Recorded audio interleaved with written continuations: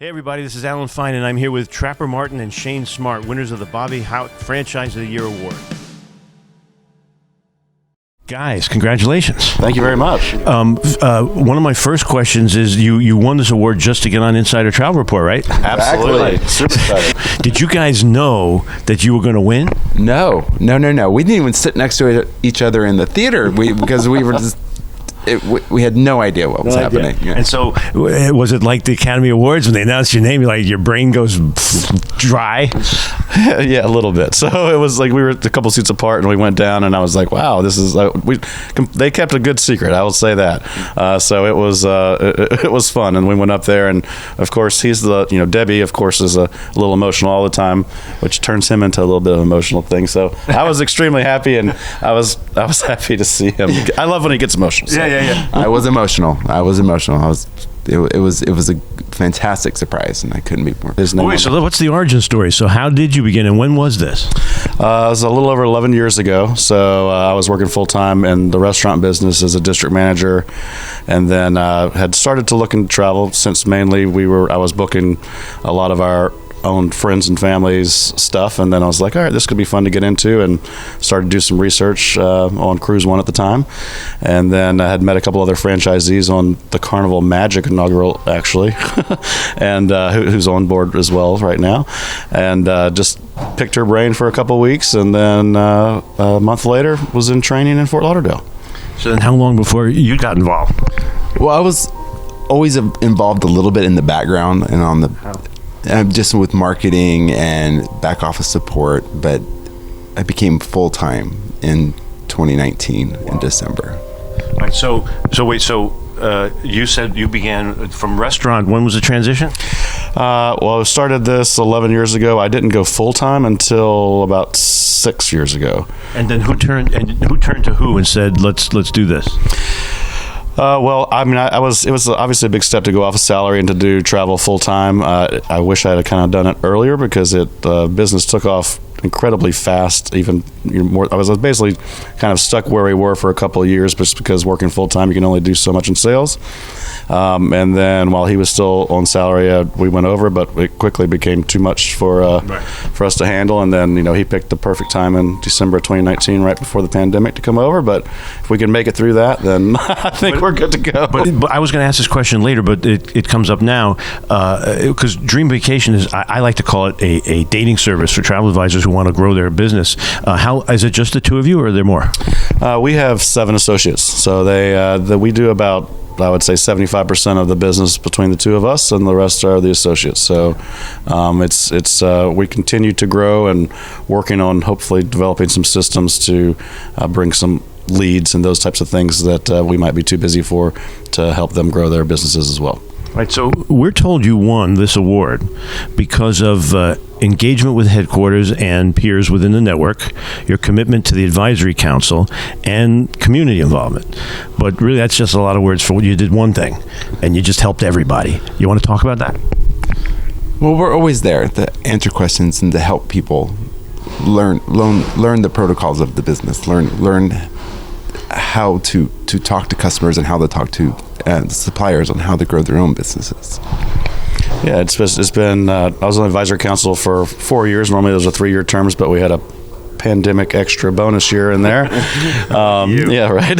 So, but that was been very helpful. But always, we have a very, very active Facebook group for Dream Vacations and Associates for corporate wise, and have always been involved in there. And in fact, Bobby Hout, everyone says there are no stupid questions, right? But I think that everybody realizes that sometimes there might be. And so years ago, we would always message back and forth on Facebook Messenger, and I was like, you're very calm with all this. She's like, the biggest thing is that it helps to build the brand. She's like, there's so much misinformation out there. It helps to really, but just to help out. It might frustrate you or whatnot, and it really kind of stuck with me is that, you're right, because this is a unique organization where where it's not competitive really whatsoever inside our organization. It's Well, you won, but okay, yeah. So it's fun. It's just fun, and this has always stuck with me, and so I've kind of developed that mantra since then. But that really is the way to win: is to not try, is to just do the right thing, which it sounds like you guys did. So another question: you've got some achievements. Let's talk about Entrepreneur Magazine. Well, I think that there's just a general interest in people that are going into travel, and it's kind of interesting. Like I mentioned, that when we first came into travel, people were surprised, like, oh, there's still travel agents out there. And so I think when they see and have people explain to them kind of how our business works and the value of using a travel advisor, that it's an interesting topic that people want to kind of pick up on. So just to see people that are successful in travel and especially working from wherever in the world is kind of is an interesting story for them. So. And which of you was on NBC in Orlando? That was me. Yeah. So it was. We picked that up. It was an interesting story of kind of the same breadth of the value of a travel advisor. Was talking to her. We went out and did several kind of test groups out there to show of how much you could save using a travel advisor. And I think she was even surprised in the interview of wow, I was like, this is through with her online of here's what it says direct, here's what we can do it for, and it had some good legs on that story. So wait, so how many people in the newsroom now use you as your travel advisor? But actually, it was the week after that. It was quite impressive of how many people were calling, randomly out of the blue from that news story locally. So it was interesting. All right, so now here's a loaded question. So where is your office, and how often are you there? We work from home. Our office is wherever we are. So have laptop, we'll travel. If we have a Wi-Fi connection, we're working. So be it on a ship, in an all-inclusive, on a bus, on a plane, we work wherever we are. Waiting rooms, it's great to get work done. Yeah, exactly. Yeah. And what percentage of the time would you say you're traveling versus not traveling? Post-pandemic, I would say we're traveling at least 80% of the time. Shane actually did the numbers this morning, and we've been, this year, have only been home 57 days. So Since the last 15 months. Oh, 15 months. 57 days. So even more. So I don't know. Let's do the math on that. All right, so now let's talk about what you actually sell. What do you specialize in, and like what percentage land, sea? What do you love to sell? We sell 70% cruises. So we love to sell cruises. We love to go on cruises. Land had picked up a little bit during the pandemic for us, not as much as some of the other franchisees, but basically post-pandemic, we've had Shane mostly focusing on the land side, and then I'll do the cruise side. And then during the pandemic, did the land help you out? Oh, definitely. Of course, people still wanted to travel, and if they could travel and well enough to travel, they did.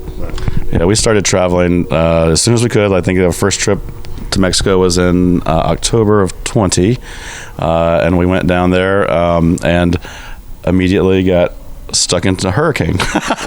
So that was fun. We spent 14 hours inside a specialty restaurant, boarded up, and with 700 friends, and we did not get COVID. So that was good. Oh, because the liquor was flowing and everyone was sterile. They turned that off about 10 hours before they locked us in. Yeah, so. All right, so now that we're past the pause, what's the strategy? The strategy is to continue to travel and take advantage of opportunities to see. Our biggest thing is to work with more groups and to continue to take advantage of all the things that the network has as far as great group pricing and some more marketing. I mean, when Shane originally came over, we were thinking to have him do more follow-ups with people coming back from travel and whatnot. Of course, that turned into a whole FCC mess and just trying to keep your head above water for, handling all the cancellations and rebooks. But now that things are 90% back to normal, just kind of developing a plan for more follow-up and to more actively pursue new groups. No, that's you bring us right into first of all, FCCs and all that. They gave you the tools. Dream Vacations gave you the tools that you needed for that, and they continue to give you tools. And so part of what we're here for is to talk about new programs and the new groups application that you guys have been using. So let's talk about what you like about what you're learning about while we're here at the conference. Sure. So I was on the IT committee, well, not right now, but I was as part of the development of the groups module, the new groups module. It's a drastic change from what we had prior, and it basically follows what our normal FIT booking process is. So it should be very easy and minimal training required. So once that launches, I think everybody's gonna have a great thing, and it'll be much easier to track and promote, existing groups without so much back office work. Right. So, all right. So to wrap up now, what kind of advice do you have for travel advisors watching? Talk to your clients, get them to do reviews, to refer you to other clients.